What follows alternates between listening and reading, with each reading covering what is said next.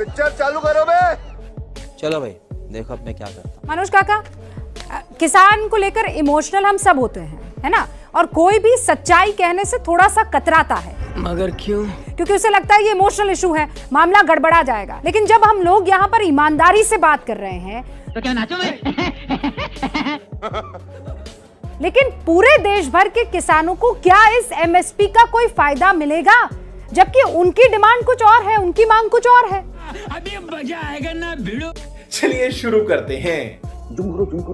दिलीप मंडल का एक मैं ट्वीट पढ़ रहा हूँ। ये ट्वीट है इनका 28 जनवरी 2021 का, कि जब देश भूखा था विदेश का सुअर को खिलाने वाला सड़ा लाल गेहूं यहाँ लोग खाते थे। अच्छा। हरियाणा, पंजाब, वेस्ट यूपी में किसानों के साथ राष्ट्र ने करार किया था कि आप उगाओ, हम एमएसपी पर सारा चीज खरीदेंगे। अब एमएसपी न देना किसानों से वादा खिलाफी और गद्दारी है। एक समय में दिलीप मंडल ये कह रहे थे, अभी 2 ही साल पहले, कि एमएसपी न देना गद्दारी है, वादा खिलाफी है। लेकिन जब वही बात कहने वाले स्वयं गद्दार हो जाएं तो उस पर क्या कहना है? बात तो सही है। आप बोल मनोज काका, आरोप लगाइए ना, आप तो गद्दार कह रहे हैं। पर दी जाती जली ना, तेरी भी जली। मनोज काका, पर बस मुझे आपके शब्द पर आपत्ति है। ये बहुत बड़ा शब्द है, इसको आपको नहीं इस्तेमाल करना चाहिए। नहीं, आपने कहा ये गद्दारी, किस तरह गद्दारी है? मैं तुम्हें अभी समझाता हूँ। ये इस तरह गद्दारी है कि जो देश के शीर्षस्थ नेता तानाशाह ये कहते हैं कि हम किसान की आय दोगुनी करने के लिए प्रतिबद्ध हैं। 700 किसान जब शहीद हो जाता है, एक शब्द मरमाहट के नहीं निकलते हैं। उन्हीं के सरकार के, उनके कैबिनेट के साथी का लड़का किसानों को कुचलता है। ऐसे किसान की आय दोगुनी होगी।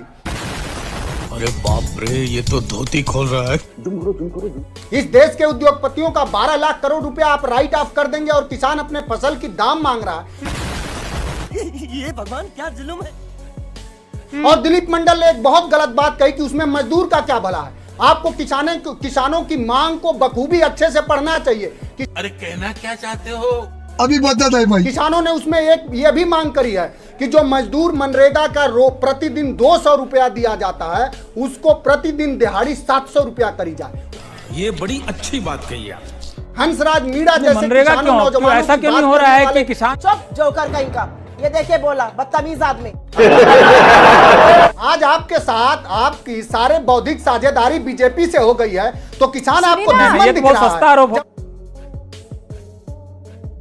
ये क्या आप बात सुन है? लीजिए, आंकड़े दे रहा हूं, आप सुनिए, आंकड़े सुनिए। आप विद्वान व्यक्ति हैं, सुनिए आंकड़े। ये सब क्या देखना पड़ रहा है? जब देश की अर्थव्यवस्था -23.7 डिग्री से हिचकोले खा रही थी, तो कौन सा सेक्टर था जो अर्थव्यवस्था को ताने रखा था? एग्रीकल्चर सेक्टर था। बात तो सही है।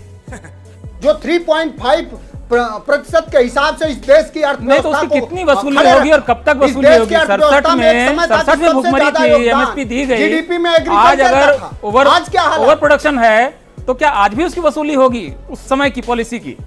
तेरा तो गेम बजाना पड़ेगा। कहाँ और वो सुनिए, प्रोडक्शन है? सुनिए, मैंने कहाँ 2 वो साल वर्क पहले जो प्रोडक्शन लिखा है? था वो यही तो लिखा था ना कि हेवल के एक्सपोर्ट पर सरकार ने क्यों बैन लगाया? नरेंद्र मोदी से सवाल है देश ये के पूछिए किसानों ना कि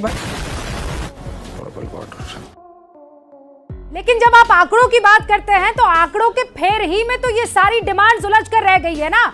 ये वाजिब आपके सवाल है कि क्यों एक्सपोर्ट पर बैन लगा दिया। ये पूछिए, आपका हक है।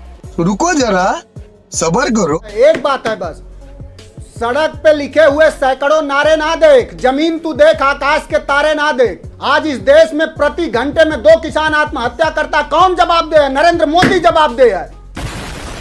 झूठ है, झूठ है। मजा आया। देश में जो भी आत्महत्या कर रहा है, अगर आपकी सरकार के दौरान उसने की होगी तो फिर वो आपकी जिम्मेदारी हो जाएगी। कंट्रोल। बिल्कुल है, जो है वो बिल्कुल जिम्मेदार है, हो जाएगा। बिल्कुल है, और अगर बिल्कुल है। आज आप इतना जोश में सारी बातें बोल रहे हैं, मैं समाजवादी पार्टी की योजनाओं का ही जिक्र करते हुए बता रही हूँ। उत्तर प्रदेश का तो किसान फिर गदगद हो जाना चाहिए था। अखिलेश यादव जी ने किसान दुर्ग, अरे आप सुनिए तो, अभी नहीं सुनिए सुनूंगी, अभी नहीं सुनेंगी। अच्छा बात नहीं है।